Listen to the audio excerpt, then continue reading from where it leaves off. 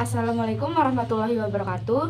Sugeng enjing para pamirsa, kepanggihan nami kula Rizka Frisila ingkang badhe ngaturaken pawarta babagan kebakaran Gunung Bromo. Diduga amarga foto prewedding. Sumangga dipirsani pawarta punika.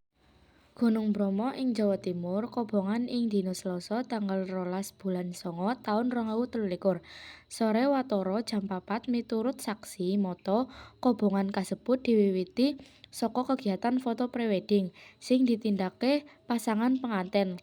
Latim fotografer ing wilayah Gunung Bromo pasangan kasebut diduga nggunakake kembang api minangka paraga foto sing banjur nyebabake geni ing suket garing. Sakjane ana wong sing lagi foto-foto, banjur ana swara bledhosan lan kembang api. Ora let suwe genine mrambat tekan suket garing lan saya gedhe. Ujare Budi salah sawijine saksi mata sing uga warga sekitar kebakaran sing cepet nyebar kasebut. Langsung narik perhatian warga lan aparat keamanan lokal. Dheweke nyoba mateni geni kanthi piranti apa wae sing bisa ditindake, nanging alangan amarga angin kenceng lan medan sing angel.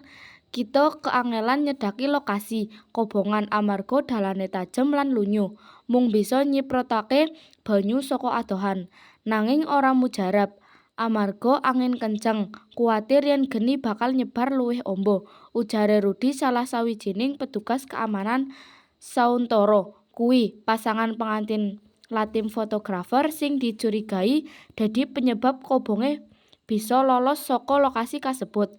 Identitas dheweke isih diselidiki dening penguasa saiki.